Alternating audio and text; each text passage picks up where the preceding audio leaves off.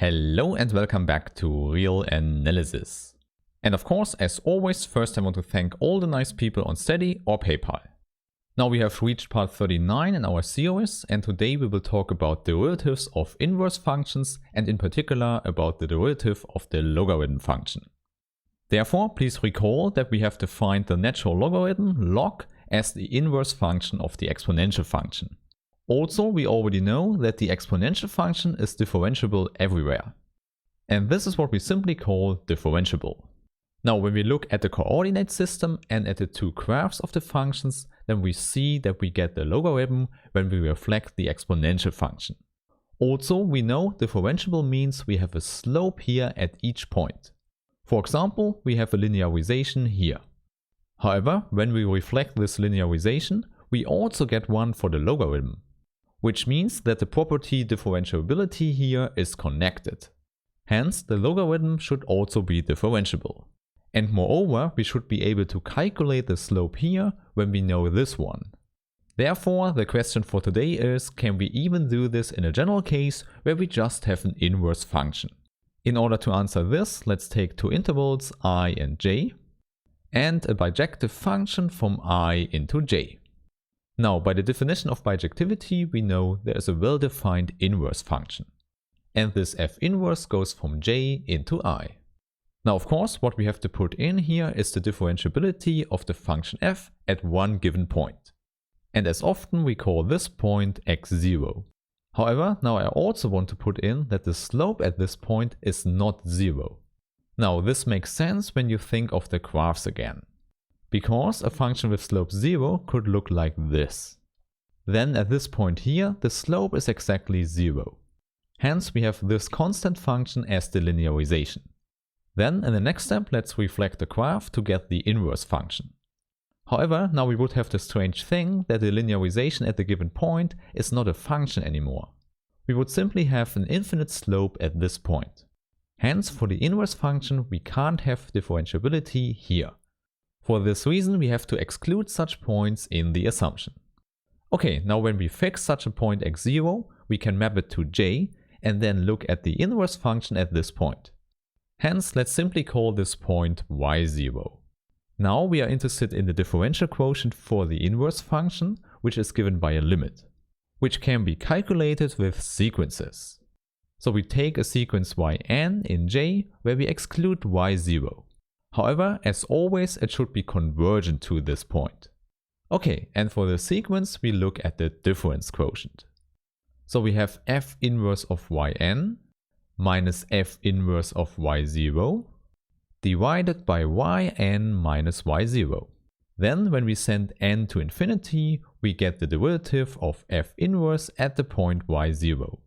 However, before we do that, we first want to work with this expression here, because we want to translate this back to the original function f. And we already know this works for y0 because this is simply f of x0. And of course, it's no problem at all, we can also do this for yn.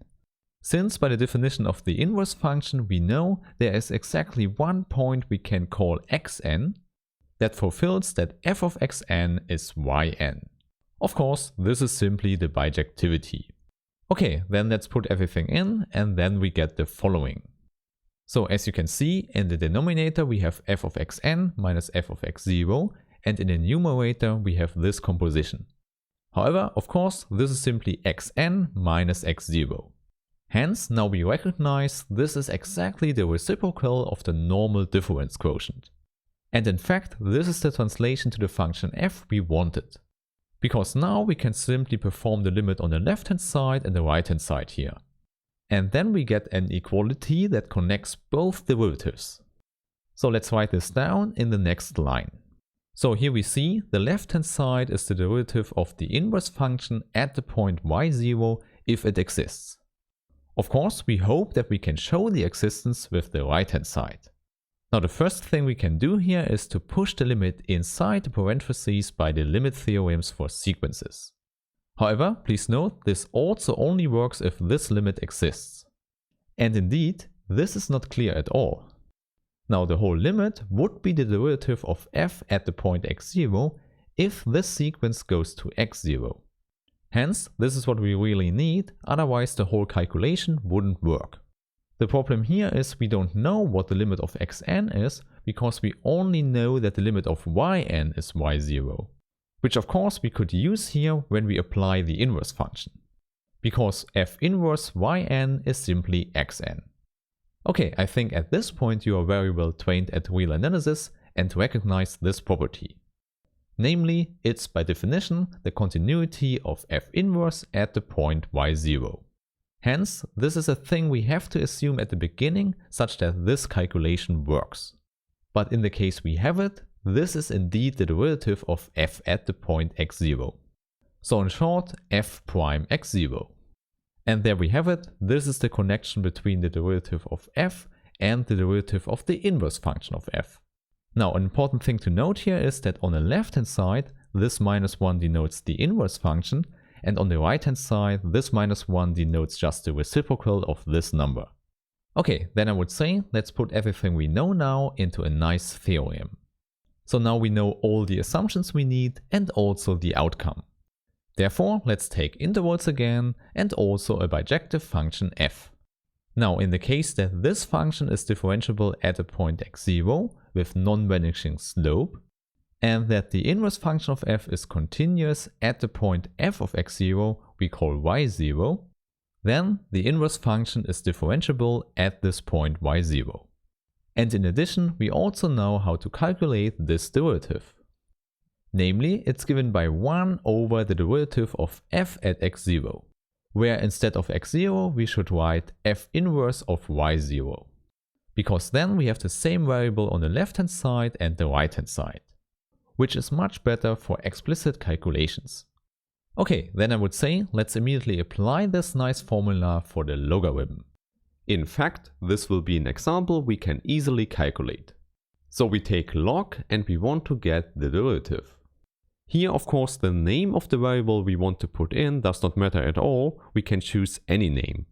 Maybe for the sake of consistency, let's take y. Then we can just use our formula here, where f is just the exponential function and f inverse the logarithm. There you see, we have the derivative of the exponential function, which is, as you know, the same function again. So what we have is the function and its inverse together, which just cancel out. So what remains is just 1 over y. And there we have it, this is the derivative of the logarithm function. It's a relation you really should remember, because later we will use it a lot, especially when we do integration. However, first in the next videos we will continue with derivatives. Therefore, I hope I see you in the next video and have a nice day. Bye!